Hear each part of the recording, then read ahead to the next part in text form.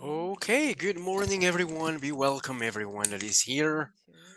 We are really happy to be here. We are waiting just for 2 minutes so people can join the call. We may ask you now if you can just type the name, your name, where you are watching us, and just to know a little bit who's in the call. Just 1 minute, and we will kick off our meeting.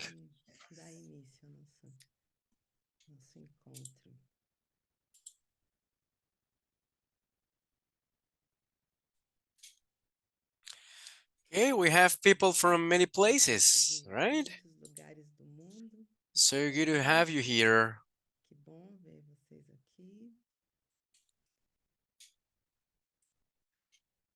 Yeah. Well, I think we are ready to go. Let's um let's start. Okay. Good morning. We are here just to celebrate our publication. We are supporting the tradition. We want to help people to get access to the funds of philanthropic institutions for the peoples of our country, Brazil. Want to say thank you for our fellow interpreters that will be translating into English.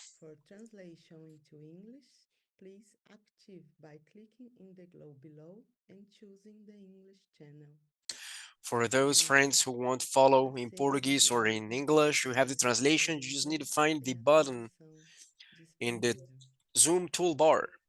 Today, we will know this material that is trying to help you to understand how the funds are being invested in the indigenous peoples in these last years. We can hear some of our special guests, Maria Amalia, the founder of Fundo Casa, our strategic development director. We have Severia Teriuet.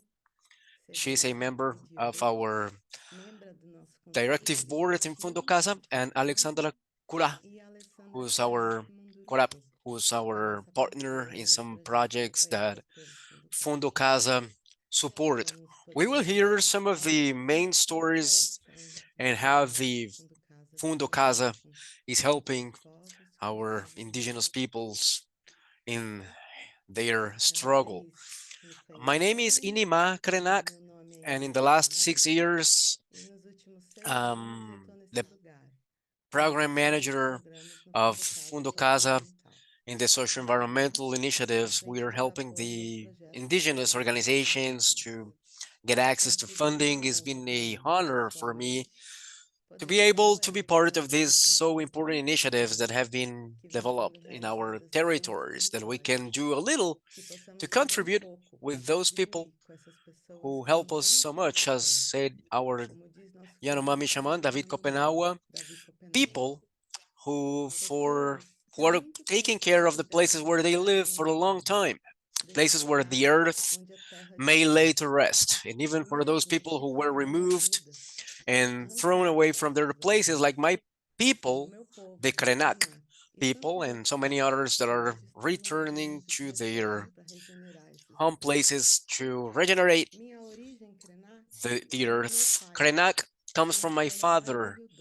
One two is how we call him, is the Rio Doce, or the Sweet River in Minas Gerais.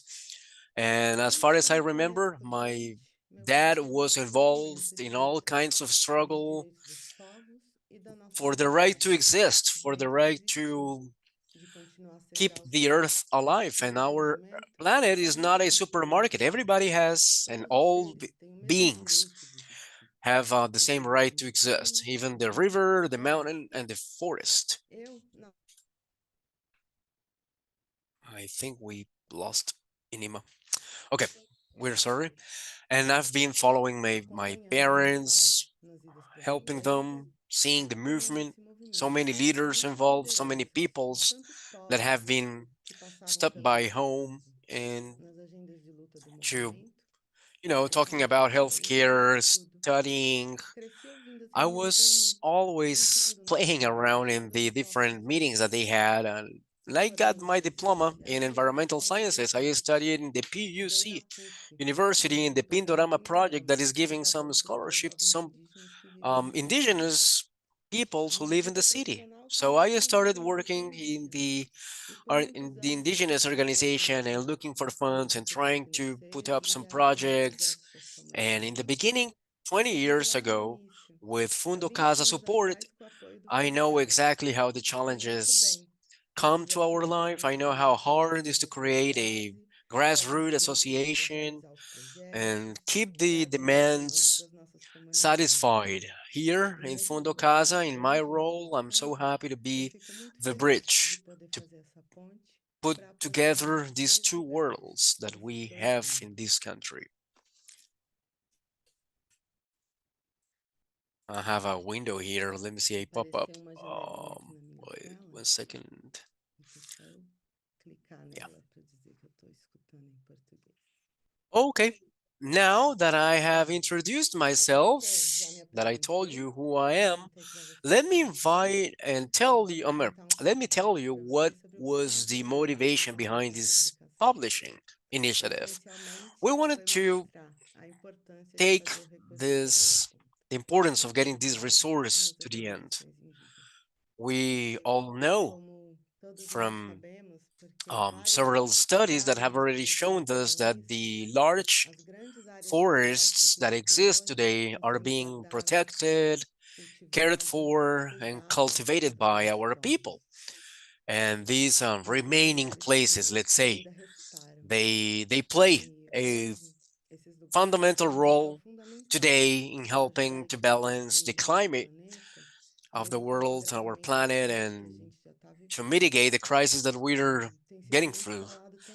And there has been a lot of talk about the resources available through international cooperation and large foundations to help our communities take care of these places and thus maintaining this climate balance. But what actually come to us is very little.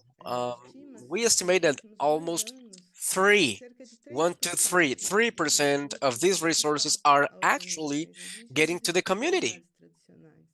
We know that there is a narrative that our communities are not able or have no capacity or not are not interested maybe in managing these resources. So this publication today is being launched in order to flip that narrative because we wanted to show you the impressive results of this almost 20-year journey from the Fundo Casa with this partnership on with more than 182 different peoples in Brazil, 202 indigenous lands, supporting the demands and dreams of these communities.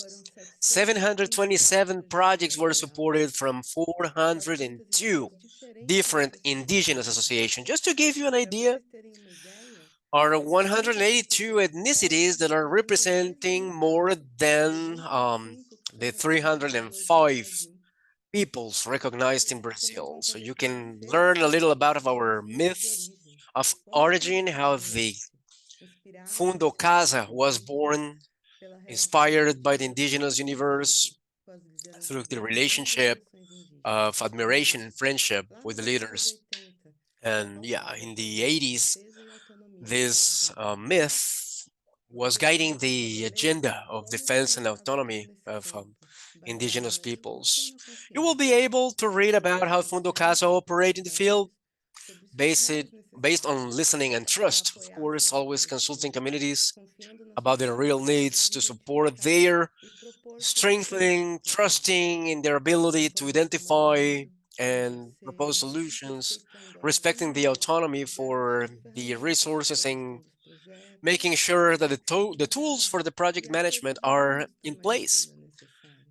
We may show you in these pages how Fundo Casa is trying to advocate and influence the philanthropic field to increase the resources that are directed directly to organizations by the indigenous people. That's one of the main goals of this publication. We do believe that we have lots of things to learn as humanity with the traditional peoples. It's necessary to recognize the tradition of original peoples as a main pillar to keep the sky suspended, to keep the sky in place, as Davi told us from the Yanomami people. All right. We will listen to Maria Amalia.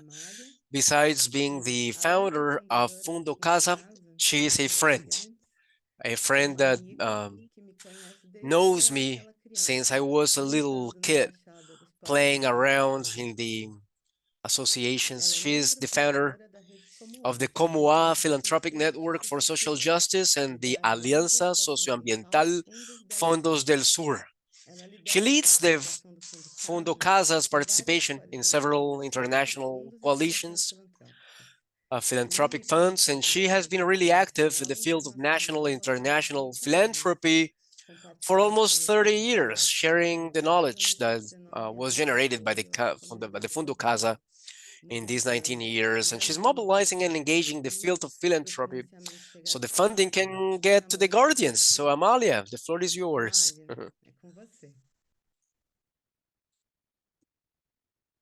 Oh, I was almost crying and I don't even start it. I'm sorry, I get really emotional. It's really important. Sorry, I'm really that this was not in the script to be as emotional as I am now. I'm sorry, but you're touching my heart. The story has been written when I was a little kid studying in the United States. I got a scholarship program in California, and I got to know in 85 I got to know about these international organizations that wanted to protect the big forests and the rivers and the ecosystems of the world. And I decided to become a volunteer for forest protection back at that time in the 80s. So I got to know this universe that there were some resources that have been devoted for this in these 40 years in the college years when I was part of this movement. They had like a desk they borrowed from someone, and they were now getting a full office with wow, amazing pieces of equipment, people, all the structure, the full ground floor. It was a big office in a very expensive place in San Francisco Bay Area. And I was asking myself, oh, how is this possible? And I got to know Ailton Krenak in a conversation we were talking. He was giving a lecture, and I was curious about the indigenous rights and all this constitution that has been created in 86 in Brazil. So he was really involved in this. And I was wondering, like,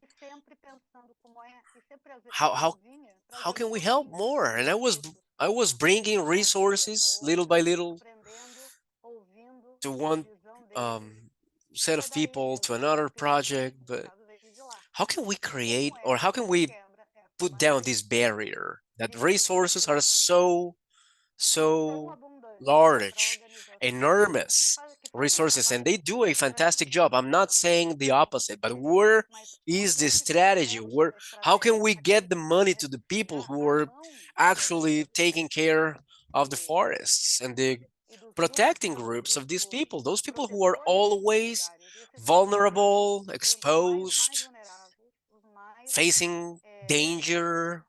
How can I say this? Like they are threatened and they are under attack and they have no resources to get protection or to make sure that their work can be done in a safely way. So yeah, this is complicated, and they are the people who are protecting the biomes, the ecosystems. It's their culture, not their money.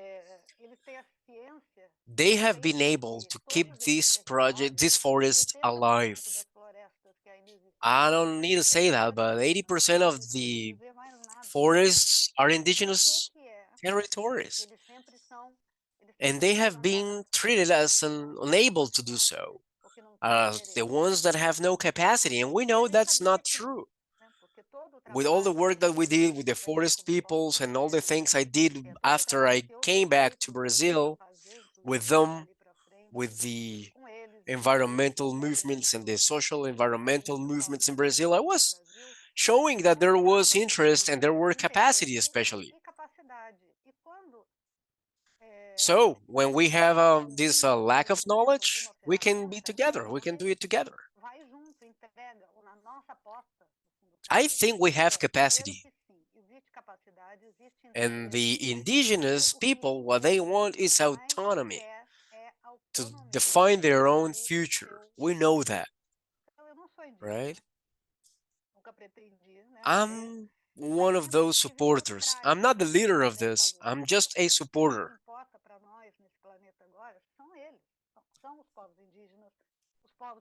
I think the traditional peoples and, you know, the people who are taking care of this, they are the most important people we have in this planet in this moment because they are the ones who know how to protect life where life is, how to protect diversity where diversity is still a reality. It's not by chance that these peoples live in the places where they can, where they have most ability, the biggest or the greatest chance to balance the climate of this planet. So, why are we taking, I mean, why are we financing institutions that are not investing in these people? Okay. I think philanthropy, 80% of philanthropy at least, that is devoted for global south and global east, our the majority world as we call it, right? The largest part of the world, 80% is reaching the institutions that are in the global north so they can help us. We have developed capacities, we have transparency, we have the commitment, we are efficient, as this study will show you, that is perfectly possible to run activities in high demand, in high capacity, in large scale, but we have no resources yet. 40 years ago, I started thinking of this, and I was meeting some other environmentalists, and I was talking to them and see the indigenous claims and the demands and the important achievements that we got in our constitution.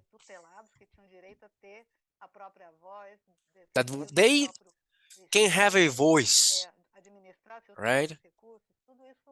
They are not wards of the state anymore. They are able to manage the resources, but in order to manage resources, you need to have resources first. And the resources are not getting here. We want them to be here. So we created a model, a way of working so this can be done.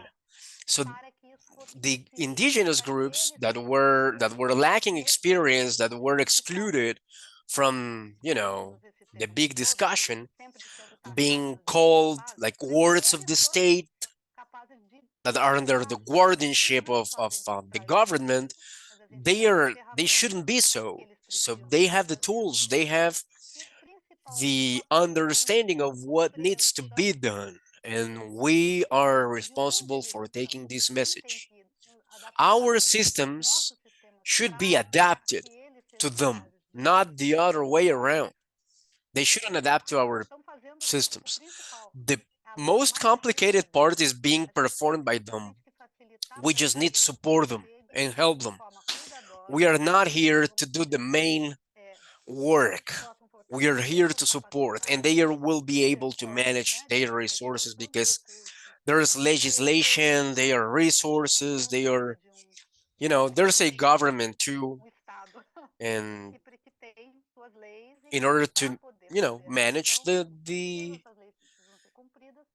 resources, they need to do so. They need to have the resources. So we need to offer tools and offer, the enabling conditions they can do what they need in order to protect the forest.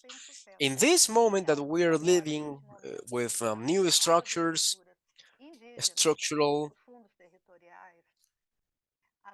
organizations that are getting stronger, these groups can be, free to do something else. So we need them to be related to the philanthropic world. In the first years, we were not able to support all the groups. But in the last 6 years, when we have these in the study, we were able to support many groups because the resources came. The resources were available. And that's the big, you know,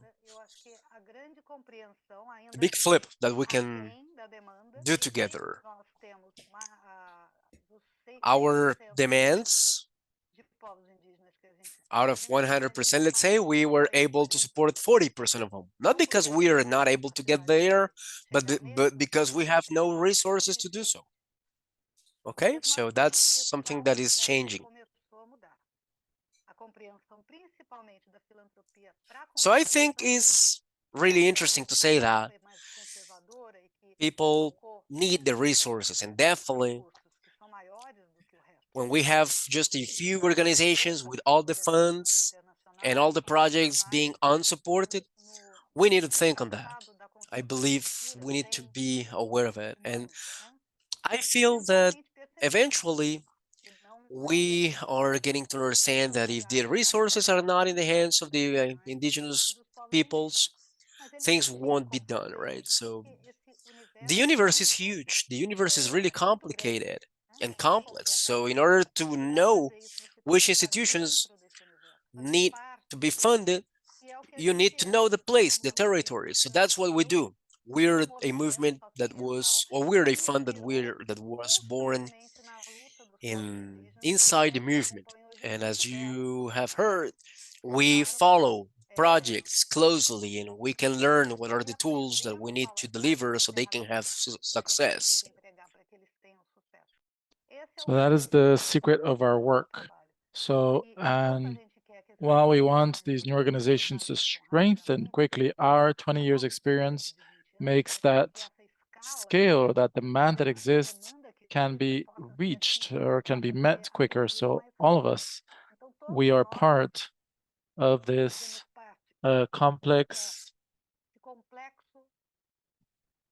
or this group of processes that helps us to strengthen each other and the indigenous peoples more and more, making sure the resources of philanthropy are more and more accessible. And this is our story. So now we will talk a little bit with our guests.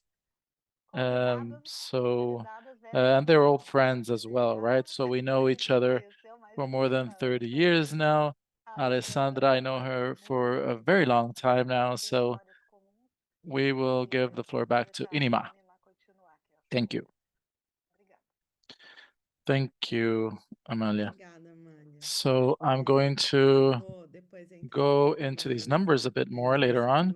You have mentioned some of them in your speech, and we will try to share a bit with everyone the data that we have in our publications after our dear friends speak. So now let's continue with our conversation. I'd like to invite Severia and Idiorie. And firstly, we will have a short presentation. Severia is the daughter of Carajá and Javaé, that is the Ina peoples of the Banana Islands. She has a master's degree from the Federal University of Mato Grosso. Mato Grosso is a specialist in indigenous school education. She's a professor of a teacher of the indigenous school that is called Samuel Sarotuem in Eritipa. She also from the indigenous land, Barbosa Pimentel. And she is our friend for more than 30 years. She's also a member of the council, of the advisory council, and she has been in this struggle for a long time. She has a very deep perspective about the history of our peoples here in Brazil. So I would like to invite her now to help us understand a bit more about this movement to access resources in our communities. And I'm going to ask her a question. How do you think, Severia, that the direct support can be transforming when it reaches the hands of our communities? You have the floor.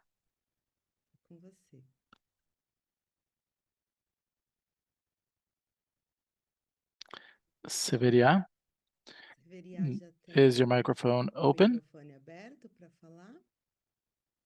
Yes, can you hear me? Yes, so good morning. For me, it's a pleasure to participate of this publication because it portrays part of the story of our lives and experiences as well.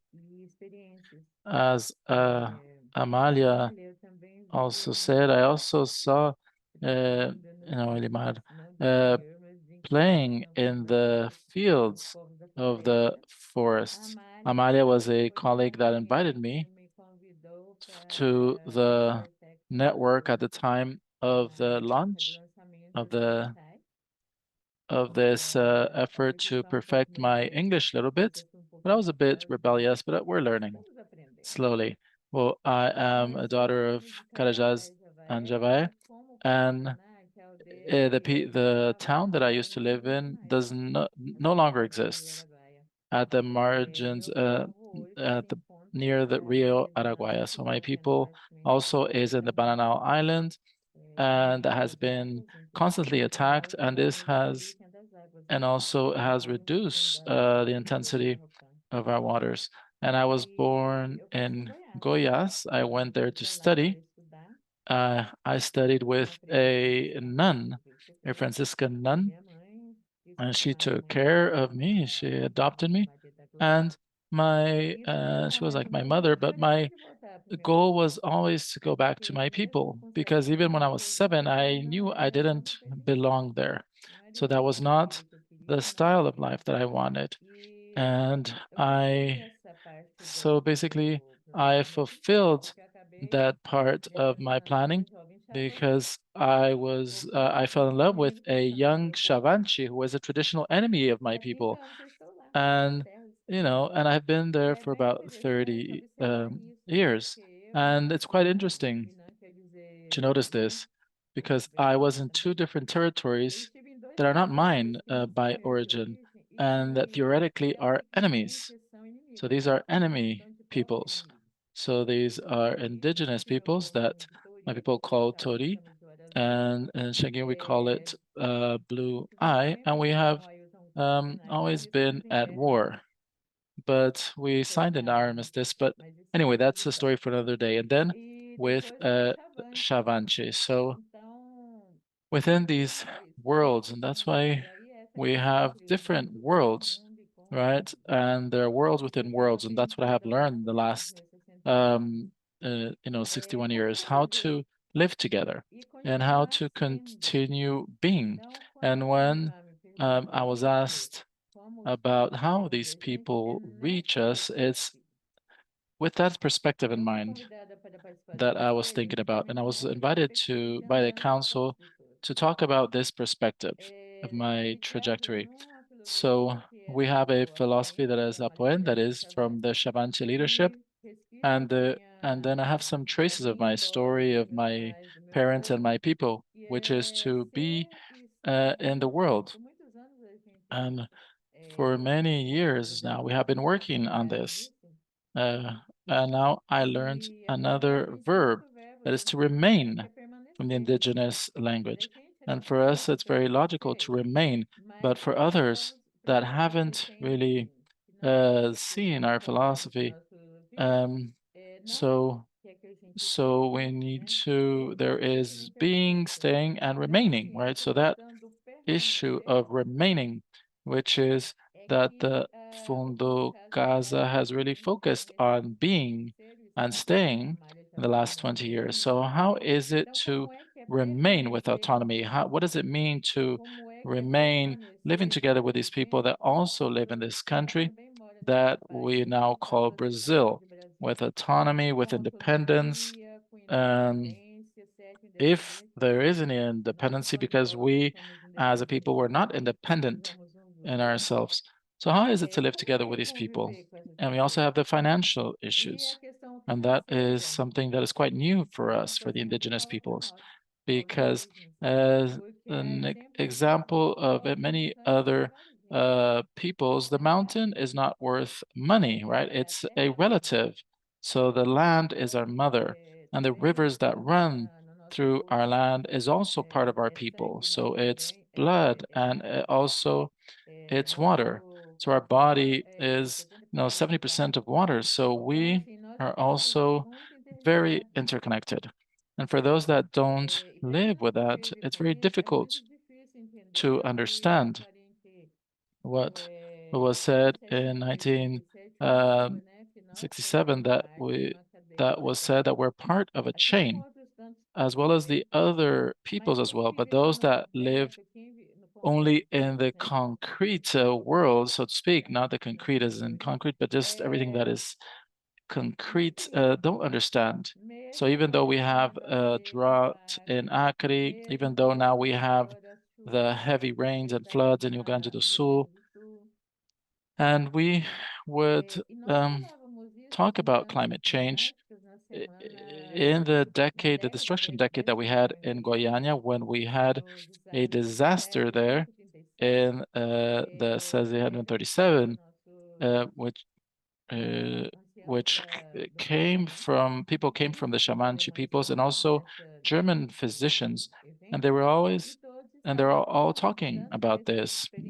Those that had a lot of experience from the Shamanchi peoples, and also the physician, the the physicist was also saying that they would continue with deforestation, and that if they continued deforestation, this would cause climate change, and we were not heard.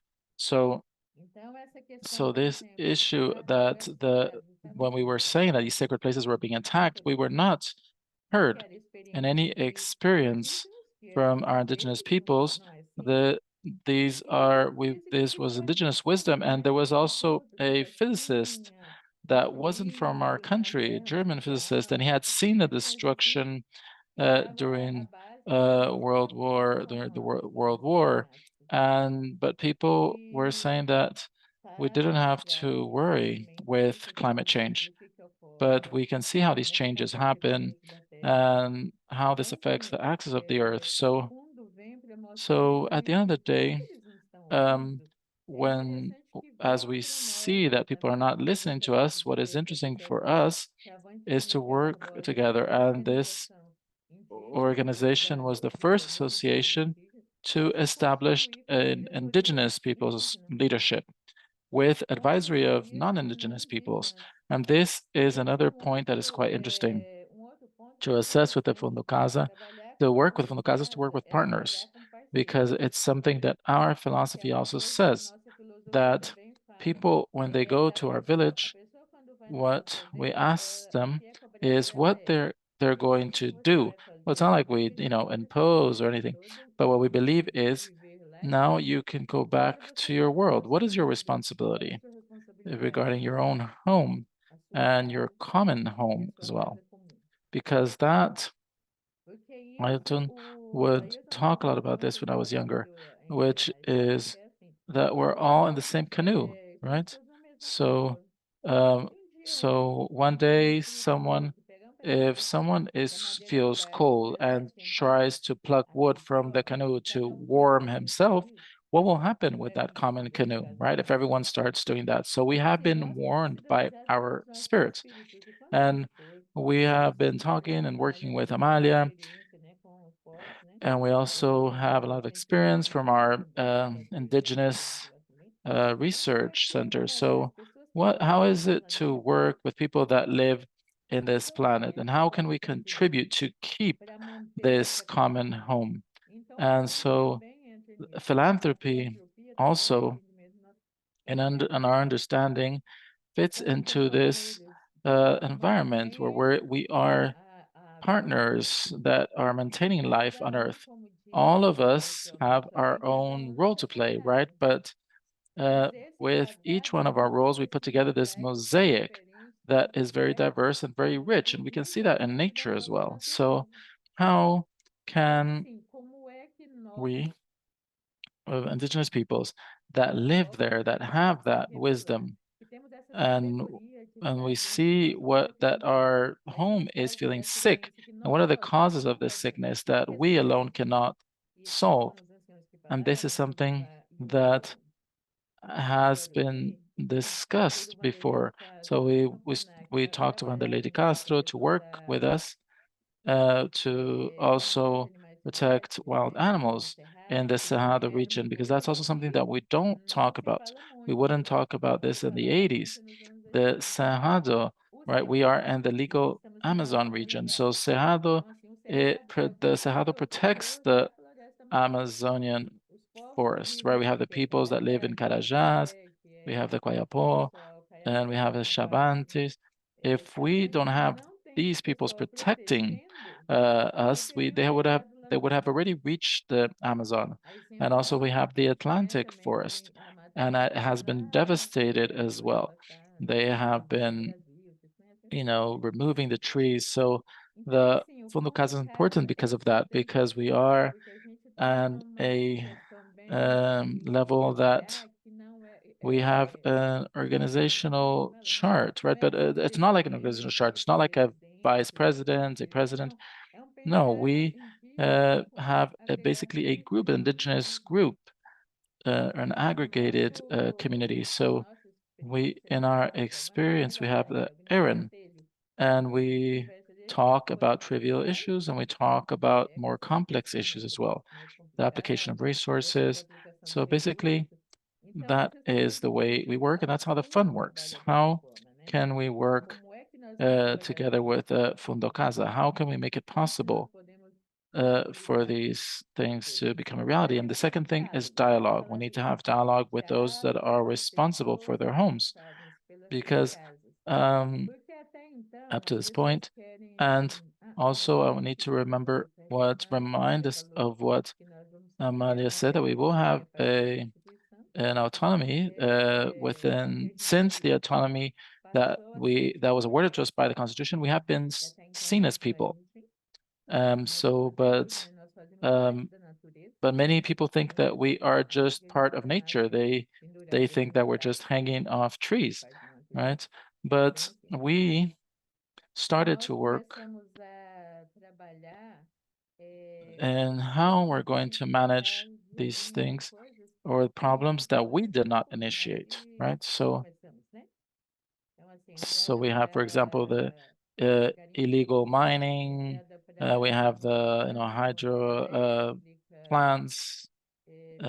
We have illegal fishing as well. So we, as a small, regional group, we can't stop these invaders. So what are the resources that we can use to manage and to protect the territory that we still have, what is left, because we're not in our traditional territory, not our full traditional territory. So we have to work in partnership. So, and the Fundo has been working in partnership. So when these resources reach the people that it should, and I remembered something that I was going to say before. Um, so, so even if people have goodwill, they can't just come to your home and say, well, this furniture over here, put it over there, and this, we need to remove it. We're going to arrange things differently. We want your home to be different. And because this is going to give you better health or give you better energy, and this is what you need to do. That's not how it works, right? So it's not because we didn't know money that we can't learn how to use money, right? And so we have a lot of Brazilians actually that don't know how to use money. There are full of debts, right? So how is it to work with this resource for ourselves, right? Which is what we said in our case. We have, we want to have traditional, monitoring of our territory. We need to take care of our own homes. Need to know who we should accept into our home. So that's what the Fundo Casa has done. We have been working with people and establishing dialogue. You can't just, and that is very important. You can't just say, "Oh, I know how to do things. This is how I do it." That's not how it works. No one knows everything all the time. So how can we work? So there are things that we can improve upon, like any other process. And that is what is interesting. So this work with philanthropy, social environmental philanthropy is a process. So we that came first, we suffered a lot until we reached a balance point, an equilibrium. And we are going to work to improve this more and more. So the publication is part of this 20-year experience.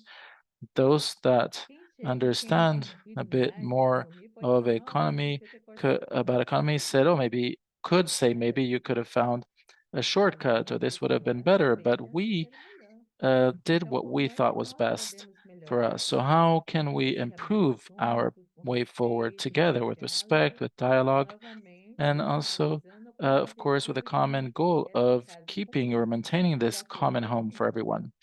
And development needs to be seen as something that makes it possible to have a good living standard and a possibility, of course, within what you believe is important, but also we need to keep our common home. There are some people that are saying that the ones that will survive will only be those that have money, because those that are doing space travel, for example, are not the people that are suffering from climate change in Rio Grande do Sul, for example. So it's not those that are suffering from the drought in the north of Brazil. They're not the ones that are going to have the money to travel to space. And why are they going to travel to space anyway? To destroy a new planet? We need to take care of our own planet. So the question is, how can we live together, and what is our responsibility to maintain what is ours? And we we are feeling quite tired, actually. So are we going to have to say like Hercules? Because Hercules supposedly, according to the legend, he holds the temple. Actually, not Hercules, Samson, actually. And Samson is holding the temple, and at the end of the day, he lets go, and everyone dies, right? Everyone that is inside the temple. So we need to define the roles of each party, right? So what is our role? What is the role of philanthropy? What is the role of other communities in Brazil? And also, we have also, the Afro descendants also that add another amount of knowledge regarding their territories. And also we have the indigenous peoples from all over the world. So we need to work together. Thank you very much. Thank you very much, Severia, and for these reflections. So really our pages are quite tired of holding up the sky, as you said. And we are very happy to see the philanthropic movement acknowledging the role of indigenous peoples, but we don't want to work alone, right? It's pointless to provide resources to our communities, protecting our territories, and meanwhile, they're still destroying our forests and poisoning our rivers, and they're eating up our mountains, right? And devastating our fields, our Atlantic forests, and so many other biomes. So Severia brought several points that really uh, relate to this publication, and the sense of regarding the places, right? So these places that Severia mentioned in our Cerrado and our Atlantic forest. So this is something that we have numbers, and these numbers help us in this story to try to move things a little bit, to change that lack of balance that we see. Because what we see in the publication, for example, is that most of our support is and the Amazon region. And this is not a choice that we have at Fundo Casa, that most of these researchers go to the Amazon region. This is related also to the agenda of our funding partners.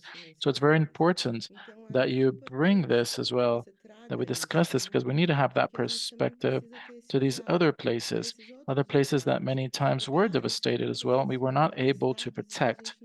Um, but we are willing as well to recover these places as well. So we want support for other regions besides the Amazon region.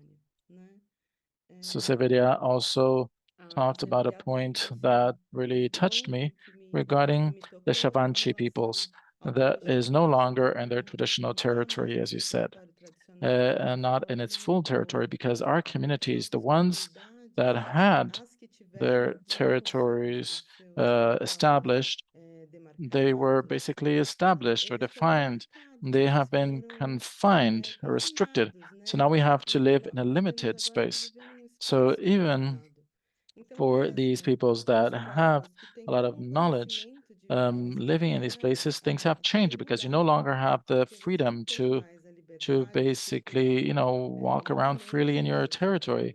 And many of these territories, the water springs are outside of these territories. So how can we, maintain life in these territories if the water comes from outside, and when it reaches our territory, it's already poisoned? Or also we have the Munduruku territory that is having their rivers poisoned by mercury because of illegal mining. We have the Yanomami peoples as well, the Kayapo peoples, and so many others. So besides the resources, of course, resources are very important for us to do what we have done already. But besides this, we need to look at what is happening outside of our territories, around our territories. And we need to stop that predatory behavior somehow.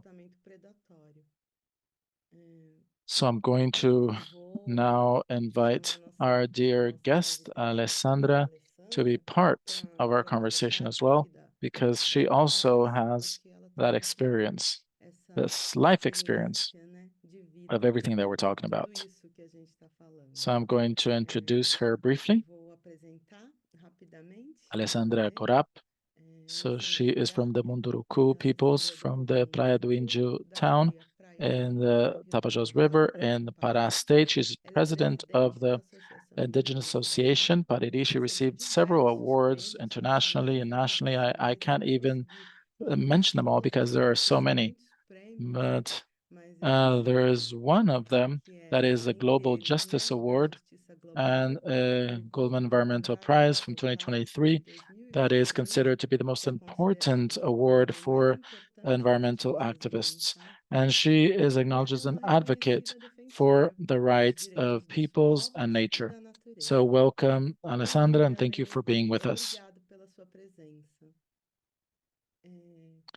As you know, so we have been, the FNUCAS has been supporting the struggle of Munduruku peoples. I have been looking at the information of the database, which is where all this information has been coming from, that we work on the publications, and and FNUCAS has been supporting this for about 16 years. So it has established partnerships with the Munduruku peoples. So I would like to ask you, how do you see the importance of the support that you have received by the Munduruku organizations to strengthen your struggle for your rights?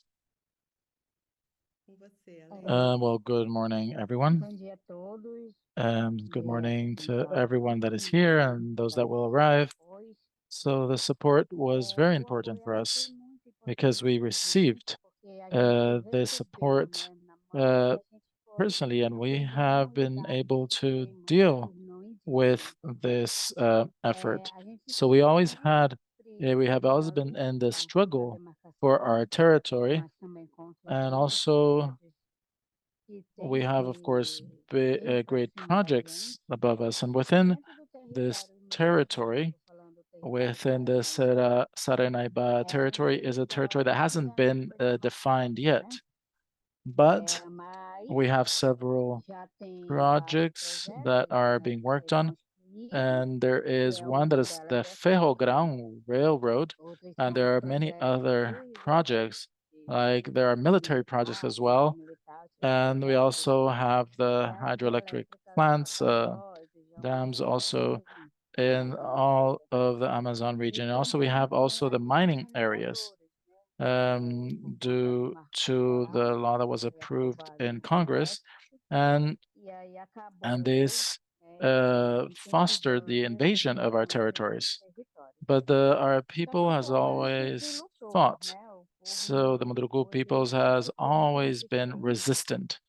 So we never allow people to deceive us and to enter our territory. And a struggle that we had, and we always talk about the struggle, is against the hydro power plants in Tapajós, because this was a plant that was going to be built before the Belo Monte plant, and this was going to start in the Tapajós River.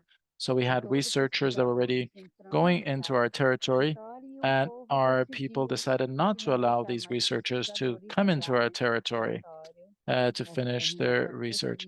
And in 2016, this project was actually canceled because we did not allow the researchers to come in.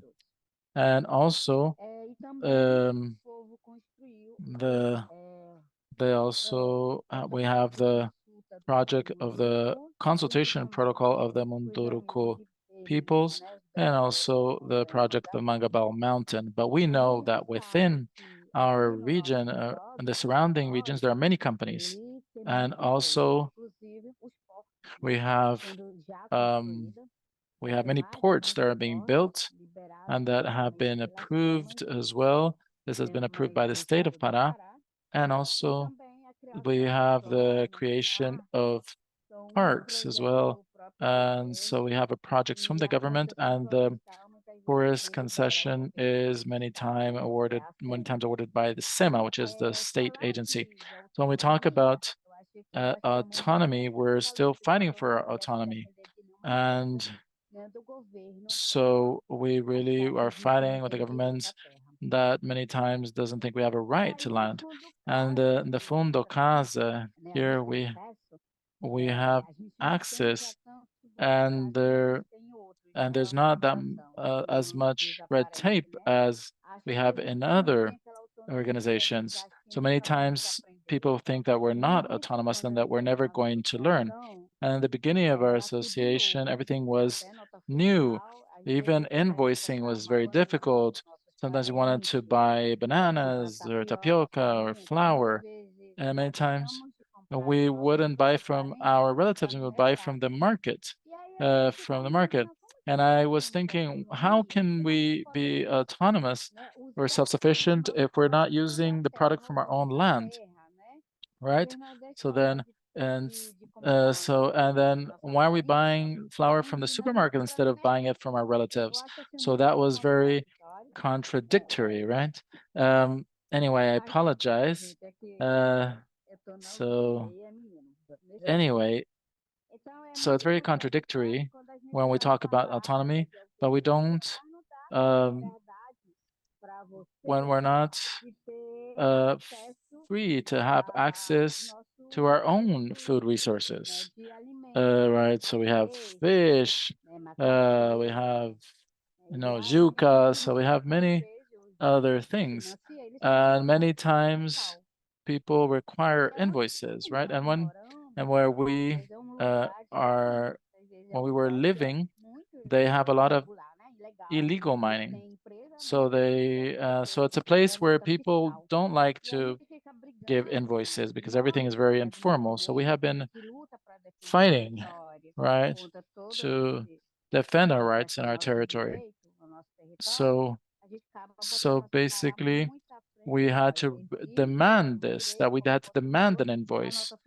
And we said this was our right. So many times we have to go out of our territory to get an invoice because people always say you need to have invoices to have access to projects. So I think you need to get three quotes, and and we live in a legal mining region. So there's a lot of people that defend Bolsonaro, and people and many companies that look at us and they say, "Oh, this is not really an NGO. This is nothing." And I've heard a lot of people uh, saying that we don't know our rights. They think we don't know our rights, but we know our rights. So we know our rights as a consumer, right? So the Casa Fund has been helping to facilitate this and to basically help people like us. So how can we deal with the resources, right? So, and then we have threats, right? Because the government doesn't support us. And sometimes they want, or so sometimes they, if we go by car to the city, some people think it's absurd. And basically, some people think that we shouldn't be driven. But we like working together. We don't go out on our own. So of course, we go together with our kids, our parents, our relatives, our siblings, and then many times people think we're taking advantage of the system. And basically, we're a community. And we're talking about a community, we're talking about resistance and autonomy and self-sufficiency. Although there is a territory that has been approved and defined, there are many invasions and there's a lot of inequality. So, so then we have a lot of people invading our lands, and many other territories have not been clearly defined. Sorry, the connection is chopping a little bit. But basically, many times we have to go to the state to defend us, but then the state doesn't defend us. They approve these ports, and but the municipal government is the one that has to approve these mines, and we have a lot of illegal mines right now. And we have a project that one congressman from the state. So basically, they're trying to define the legislation. But where is this territory if it's not defined? So many times we have to fight against the local government, and they're fighting against us. And many times there's a lot of red tape and a lot of bureaucracy, and they don't make our work any easier. And we need to work to try to make our lives easier. So, and we don't want to live among our enemies, right? So, basically, we need to protect our land. We can't just have people coming in and saying, "I'm going to, be here now." So,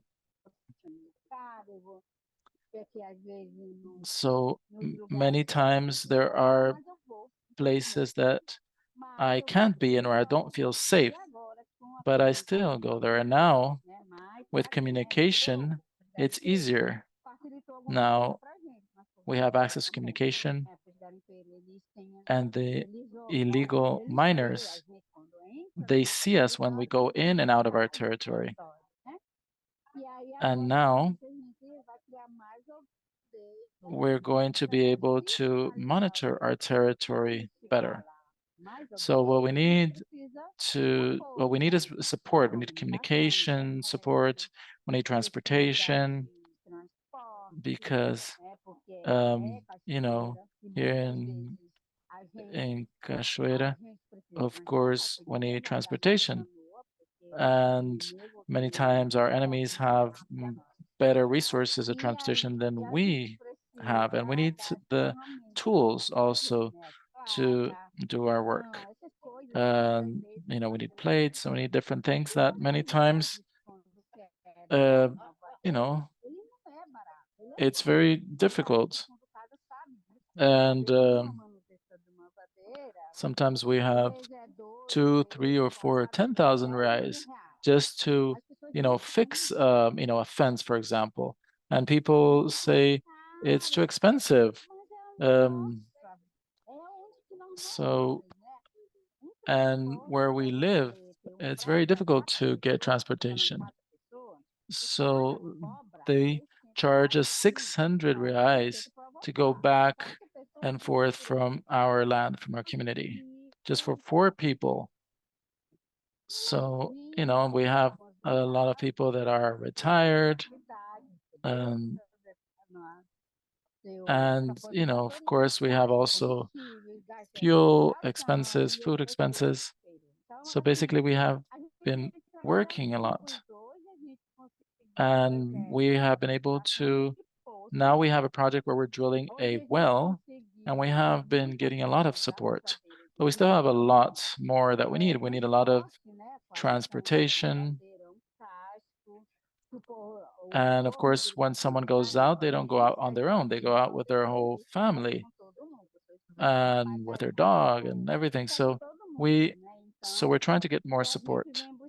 So we're started to legalize with the Fundo Casa so we can be able to work, and we have a lawyer, an accountant, because we don't really know how to deal with that bureaucratic part of the system. So we're learning little by little, but those that are people are helping us, and we're able to understand better how the system works, and we're able to teach others as well, because the system takes a long time and we have a lot of problems within our territory. So we are trying to build a small training center, a university here in Tapajós.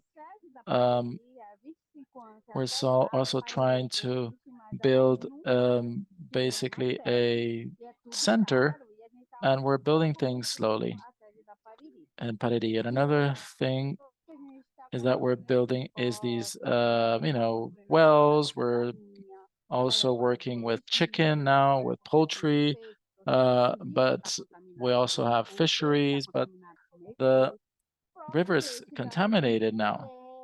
So we also have we have problems that because this river, this contaminated water is poisoning our women and our kids.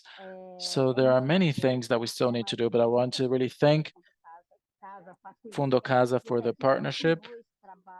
So I would like to thank you for this work to strengthen our territory, to strengthen our organizations um, and associations so that we can keep standing strong. And congratulations for your work, Amalia. I really admire you for everything that you do and all the Grupo Casa group, the Fundo Casa group that understands the reality of our life and our history. All right, thank you very much, Ale. Thank you for your what you said. At some point, we were having a hard time listening to you, hearing you. The connection wasn't great. So I think it looks like your relatives are also there having lunch because we are, of course, this is lunchtime now in Brazil, and maybe the signal got a bit weaker with so many people. But anyway, we see that you're having lunch, and we're happy to join you for lunch here. And thank you very much for your participation. You bring up so many important points that are very difficult, right? That really makes us quite sad also to know that you are in this situation that where we have Munduruku territories that haven't been established or haven't been defined yet, and you are in this tireless struggle to make sure this happens. And even in the defined territories, the protected territories, these are being invaded by illegal mining, and the waters of our rivers are being contaminated. And Leo was talking a little bit about that, how they detected mercury in mother's milk, those that are feeding their babies. So their milk, they found contamination by mercury in the milk, and that is very serious. We have been working there for many years trying to support all these needs that they have. And there are many, like Le mentioned, there are many difficulties as well to carry out these projects in the territory if there isn't awareness and flexibility by us that support these projects. As for example, to buy food that is produced by the community and how important that is. So Alessandra also talked about this point because it's very important for the communities to be able to buy from the community itself, to buy its own products. It's not any funder that would allow that because they will demand an invoice, and we need to really take care of that. We demand that. Who are we favoring, right? Are we favoring, or are we helping other, sellers that are going to sell in these territories just because we're demanding an invoice? Is that the way forward? Or maybe just to have a receipt from the local producer of that food that has been produced locally, wouldn't that be enough for our organizations? Perhaps. So I think that this is a moment for us to think about this. CASA has adopted some practices in terms of making it possible for these projects to happen within the realities of these places. And about all these threats, right? To the Munduruku territory that Alessandra mentioned, as Ferrogrão, railroad, these illegal mines, the ports, harbors. So these are all sorts of attacks, and the communities of these indigenous uh, organizations have fulfilled an amazing role. And we cannot replace this work that has been done by them because they're always following up on what is happening, and they're always, bringing up what is happening.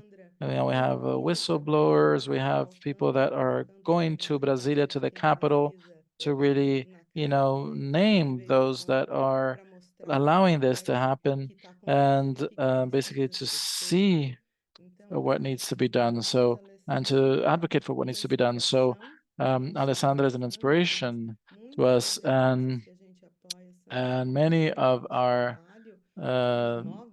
leaders, of our colleagues, they inspire us to find resources to continue to work.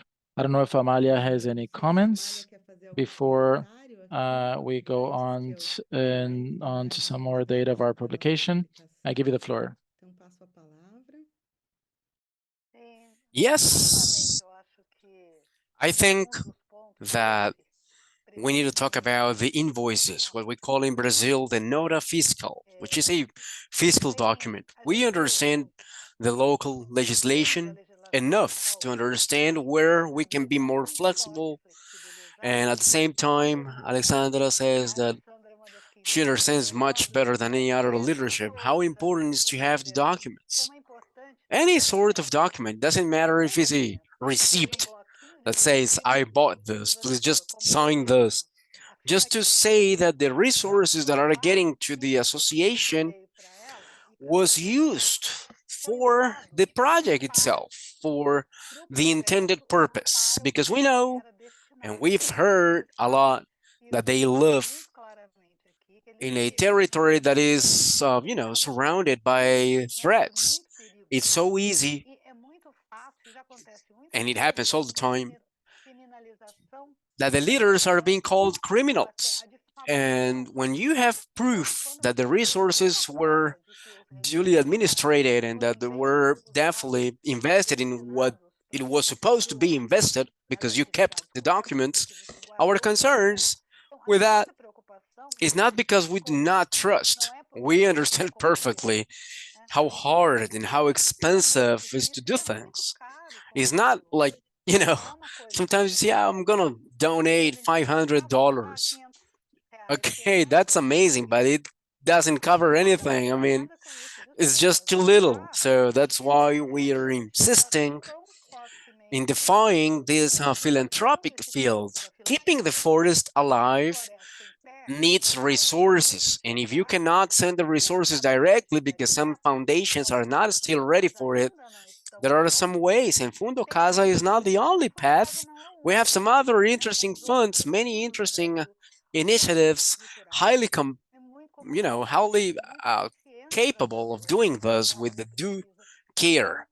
So yeah, I feel that the big message, let's say, the background message for the field or from the field is that we need to know how to do this. There is a way of doing it, and we need to be careful with this because we have devoted our lives to do this in such a way that is good for them, not for us, but for them. We don't care here, we are just a mean of doing it. We're an enabler, we're a channel, we're a bridge between the resources from the philanthropic field in large scale can get to the communities with all the respect, with all the engagement. And that's the objective. And to do so, that's exactly what we need to do. I feel that that's the main issue here. We can do this, we can get the resources to the people who need them. I think the philanthropic organizations are understanding this. And Alessandra is there as a proof to say that, yeah, they can do that. And some other people are here that do the same thing. You know, we work with many communities that are amazingly organized. So I think that's the message that we need to replicate all the time. If we want this planet to be alive, their resources must be taken to the guardians, to the people who care for the water springs, for the water sources, for the forest. And we can do this in large scale. We are losing the scale. Some of us have capacity, right? Proved capacity of getting the resources from the philanthropic funds. The philanthropic funds, they cannot donate in small quantities. We can get large quantities of money, and we do the other scale, the outscaling, as we call that, the capillarity. We can do that. We can do that together. We may have access to the territories. We know the needs, and we know how to talk to them. So that's what we do. We support. We are here to understand the different approaches. What is needed? What is required? Right? It's a co-creation of projects. The first thing that we need to do is a consultation. We have resources here. What do you need? What would you use these resources for? Right? So I think it's about developing these ideas. We need the resources to come. All right? We have no time. We gotta do this now. So that's only my 2 cents for the discussion. Amazing, Amelia. Thanks so much. Obrigada, Amália. É isso Yeah, mesmo. we know that, and we have learned a lot, Aprendido muito com adjusting and fine tuning tudo que você the pesquisa para que way esse we work to do this the best projeto way. Well, unfortunately, our time is venha a almost avançar, né, para um over, encerramento. and this is the end of the Não vou session, conseguir but mais just want to aquele bring tema some assim um pouquinho of mais the interesting específico facts that you will find in the na publication. apresentação. This is a snapshot. Isso é uma It's fotografia, a um desenho it's a do acesso depiction of the reservado funds that we're para os getting povos from Fundo Casa and the supports that indígenas we have e developed. This realizadas nessa data caminhada. were taken from our Foram data extraídos management do database. levantamento de dados, And yeah, we keep information a there, partir valuable das information that is in cuidadosas the contidas nas proposals propostas and the e nos projects that we requerimentos que a manage. gente The recebe. information has been Essas analyzed. informações It foram was, analisadas, foram cruzadas, comparadas analyzed in order com to o que take a look fizeram at this essa important fotografia dos apoios part. orçamentários. And from this E a moment partir on, we can daí understand é possível the entender a evolution of evolução the desses apoios important prestados facts pelos and, indígenas more e também importantly, how the entender resources are como getting os there recursos têm and chegado a from essas the organizações. or from the funds to the organizations. And by looking at the philanthropic world like this, especially when it comes to conservation efforts, I believe we can say that it's a late understanding, but it has been very important because it's including the guardians, it's including the places where the earth lay to rest. This change of scenario will affect directly the capacity of Fundo Casa to support the ever-growing demands of the peoples that for the resources they need to keep things alive. And we have been able to support the indigenous peoples, but as we get more resources, we can do more for their struggle. And we know from this publication that from 2008 to 2023, we were able to get real transformative scale, as Amelia said in her intervention. It was in 6 years that CASA was able to get 645 projects with $6 million support that was taken to the people. That represents 40% of all the resources that was donated by Fundo Casa in this period. Doing this publication was something that required huge effort to compile all this information, and we are so happy to see this data reflecting what we do, and that's why we have set up this moment just to share, and this is a celebration time of this publication coming to life, right? In 2025, we'll be 25 years working in Fundo Casa. And in this time, in this period, a strategy has been created to get to the most remote places and getting funds to people who were not able to get them before. Supporting these communities was important to execute their own solutions for their lives and their territories. And I believe that we can tell now that we've been doing our part in order to postpone the end of the world. That's a reason why we celebrate, and that's exactly what we want to do in the future. So let me invite everybody here to celebrate and to deep dive in this story and help us in our struggle.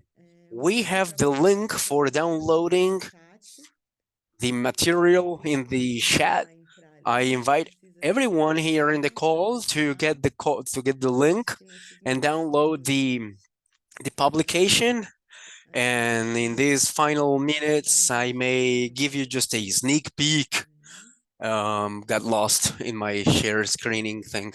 1 second. Yeah, I'm sorry. I'm sharing the screen here just to give you a sneak peek on a little taste of what you can find in the publication so you can take a look at it. It's beautiful. I mean, there's a picture there of, of Taskayanawa, our photographer, an amazing one, by the way, and wonderful pics. And yeah, we may illustrate the publication using his photos. So yeah, we have some other pictures here along all the information, all the supported organizations that have sent their images, and you can have access to all of those, to all this beautiful information that is really precious one, and that can be the North Star for our work. I just pick some moments, some numbers. I know our time is almost, you know, over. I don't know if I'll be able to share everything, but just some parts that I would like to highlight. This part here, for example, it shows in the columns, in the red columns, you can see the number of support initiatives that we've done in recent years, and the darkest line are the projects that we got.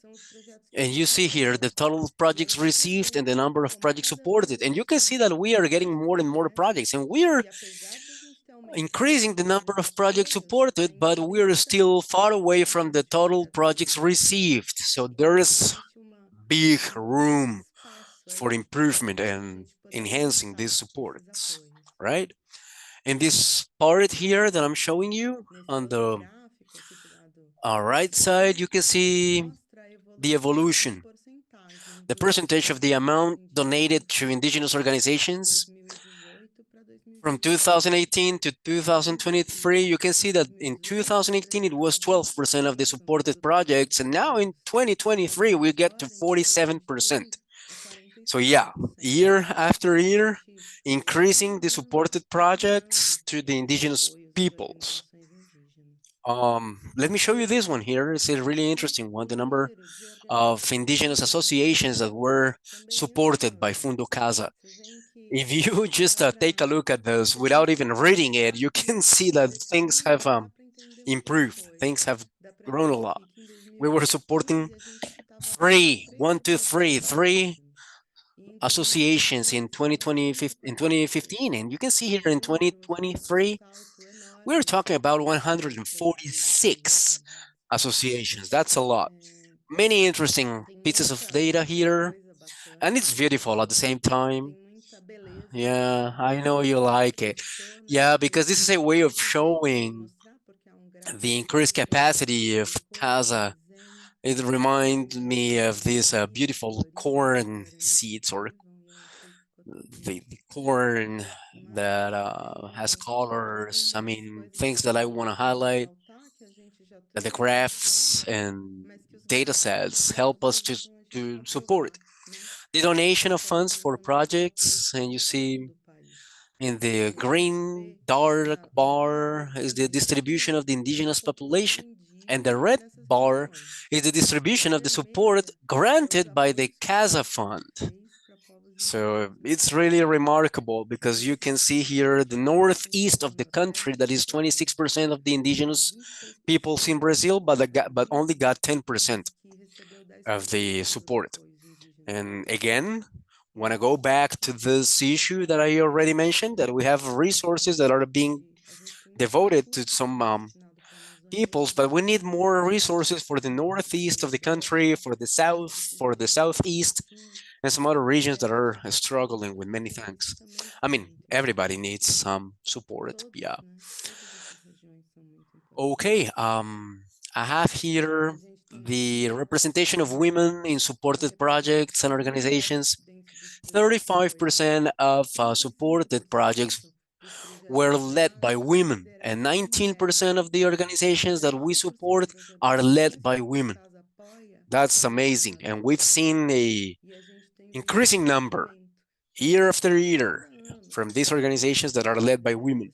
We have a map here where you can tell where the the supported projects are.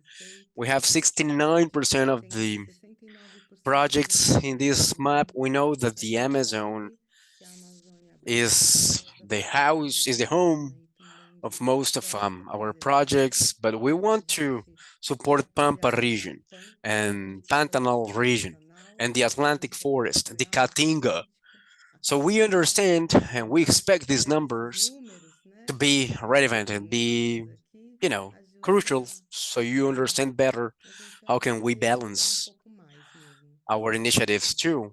There are a lot of things here that I may show you, but unfortunately our time is running low and I'll need to wrap up.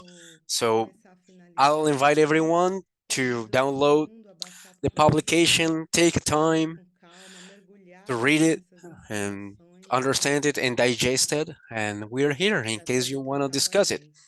It's 12:30 in Brazil. I feel we do not have time to hear our participants because I feel the time is over. Um, my communication team, can you give me? Yeah, I think we can have 5 minutes.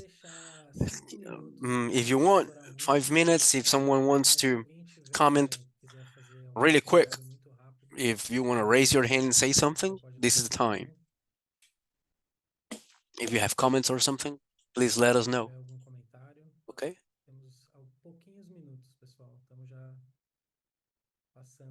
Okay. Yeah.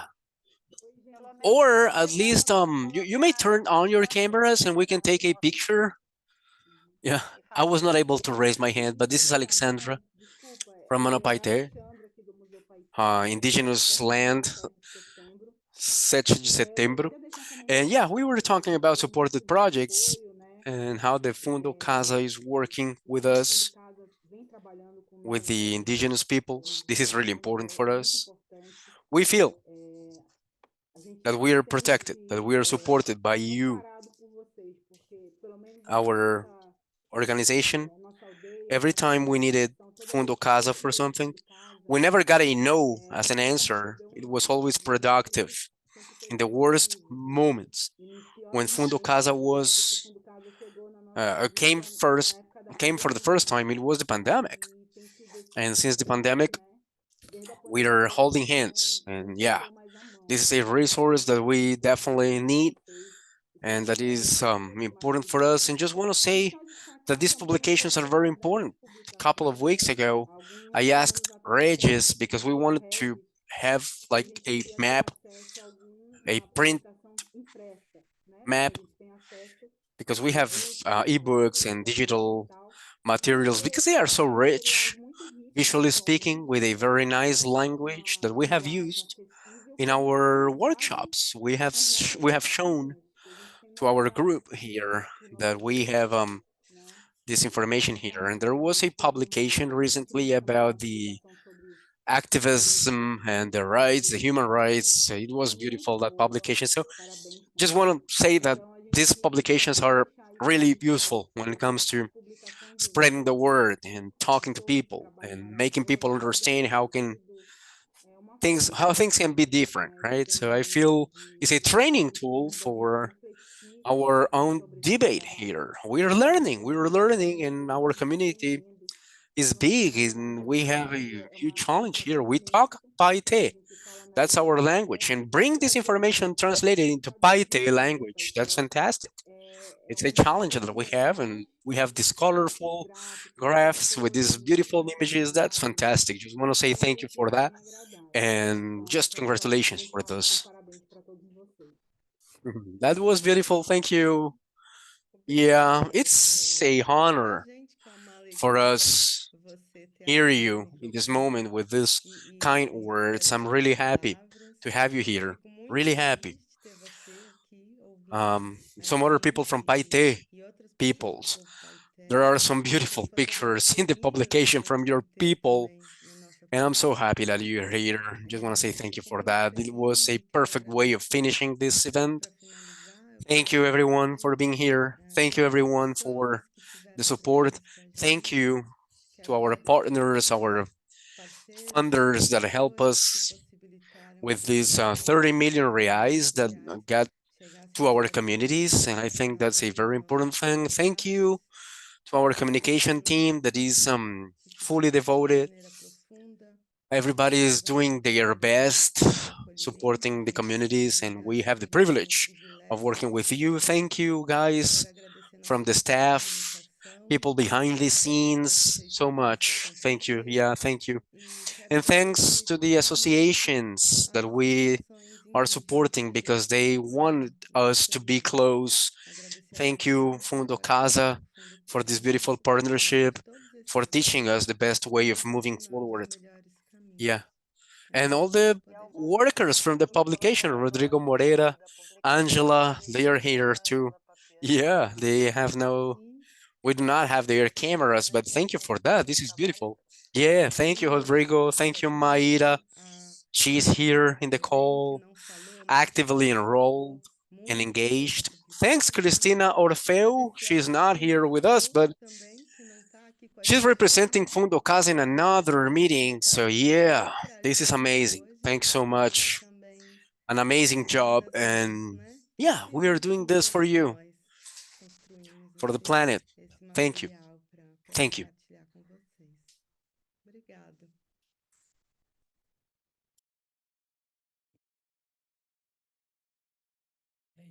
Yeah, I wish you may enjoy the publication. Thanks so much. And if you got registered, you will get the image. Okay? All right.